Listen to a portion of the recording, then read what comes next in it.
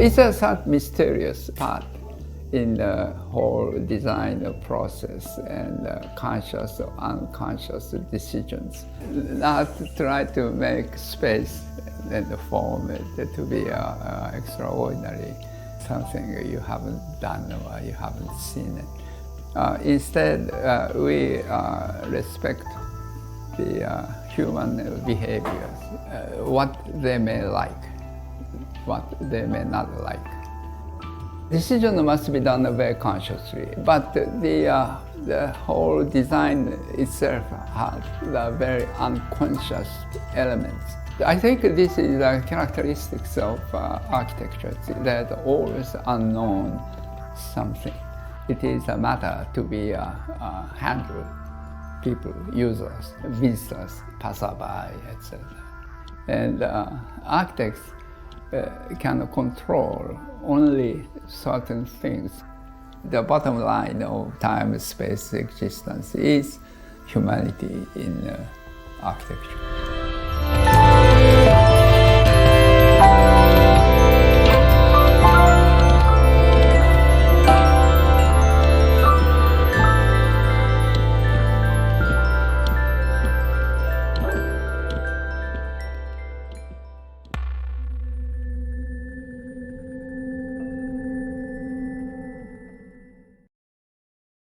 Fumihiko Maki implements minimalism as a discipline to complement current over-designed buildings. The architects emphasize that the conscious decision is taken not to design extraordinary form, but to respect human behavior, and not only that of the user. Fumihiko Maki adopts the basic design principles of making spaces functional, flexible, and practical, so it can withstand the continuous change of human needs. A design that resembles the concept of one fits all. The architect says, "Humanism in architecture has always been my focus and is a continuous thread running through all my projects."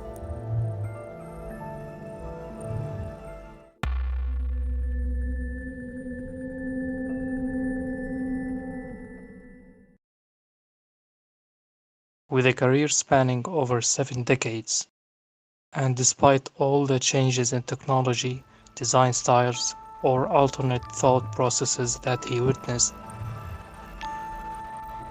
he asserts, "My philosophy hasn't changed. I have always focused on decency as a basic ethical principle, giving consideration to all users." The architect Maki chooses to work on public buildings that are on a large scale.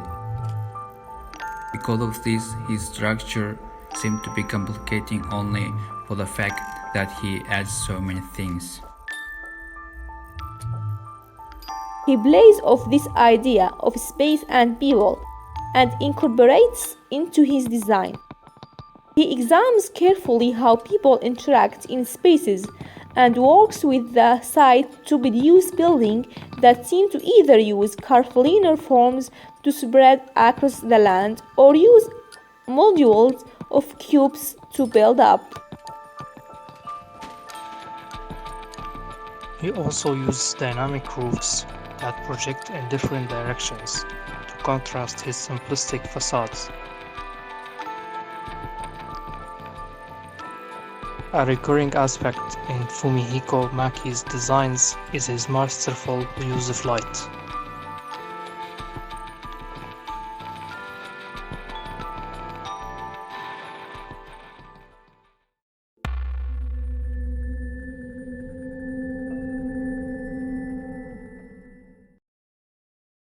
Fumihiko Maki was born in Tokyo in 1928 and was raised there. After graduating from the University of Tokyo in 1952 with a degree in architecture, Maki pursued graduate work in the United States. He studied at Michigan Cranbrook Academy and at Harvard University, where he received a master's degree from the Graduate School of Design. After completing his formal education in the mid-1950s, Maki worked first as a designer for the large and successful commercial firm of Skidmore, and then went on to teach at various academic institutions, including Washington University, Harvard University, and the University of Tokyo. Upon his return to Japan, he established his own architectural firm, Maki and Associates.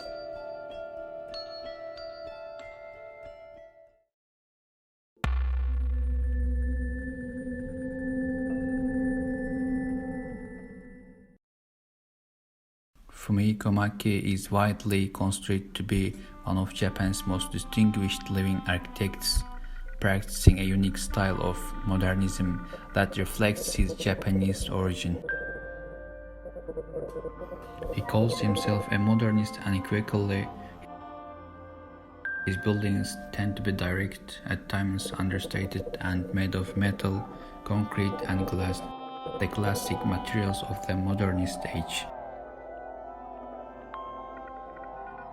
Maki has ability to create ineffable atmospheres using a simple palette of various materials as mosaic tile, anodized aluminum, and stainless steel. He has maintained a consistent interest in new technology as part of his design language, quite often taking advantage of modular systems in construction.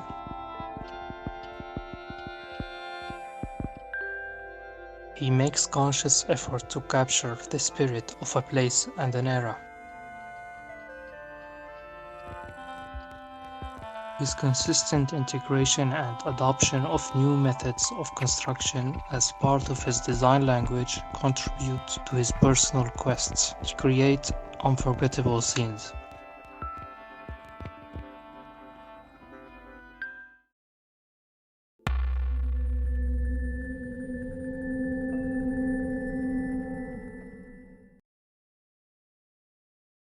If you look at the National Museum of Modern Art in Kyoto, we see the exterior. Design of the building was kept modest, and that because of its location in a scenic district. A 1.5 meter grade was used for the basic exterior model, a structure whose horizontality and verticality to Maki symbolized the combination of past and present, transparency and mass, and the duality of Japanese and Western influences.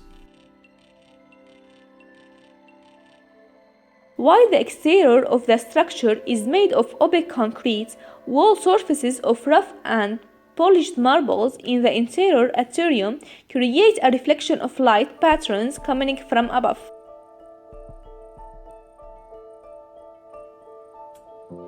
The sketch of the National Museum of Modern Art by Maki, reproduced in his lithographic print, reinforces the interplay of solidity and lightness that characterizes his work. The sketch also highlights the grid system used in the facade of the building, wherein expanses of gridded concrete are interspersed at irregular intervals with rectangular sections of glass.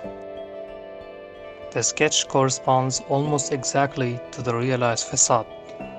The new steel, glass, and reinforced concrete museum was opened to the public on October 26, 1986.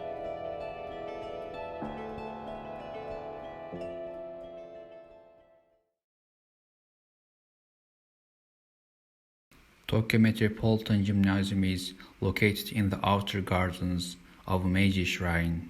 It is designed to include a variety of exterior spaces and diversity of architectural expressions. Each building maintains its integrity as a large wall, while simultaneously establishing inviting human exterior spaces for the public. Together, these elements constitute an expression of collective form. As one's viewpoint shifts, the overlapping of these volumes create unexpected silhouettes. The indoor ball is housed in a building at the southwest corner of the site. This building is the most conventional looking of the three structures, being a rectangular form capped by a gently curving arc-shaped roof. Its most notable features is a Teflon roof perched atop walls that are concrete below and glass block above, allowing generous amount of sunlight to flood the interior. In contrast to the two arenas, where heavy roofs block the entrance of natural light and close off the interiors from the sky above, the translucent roof of the pool structure seems to open its interior to the heavens above. Maki has created a futuristic landscape of unexpected contrasts. While standing in the middle of the plaza and taking in the sculptural forms around one, the paintings of the surrealists are bound to come to mind. Those paintings, however, expressed a sense of unease and confusion. A similar sense of displacement may be experienced by the average passerby who finds herself in the middle of a scene, lacking any conventional and familiar visual forms. The Tokyo Metropolitan Gymnasium is bound to be appreciated only by those who have a relentlessly forward-looking orientation.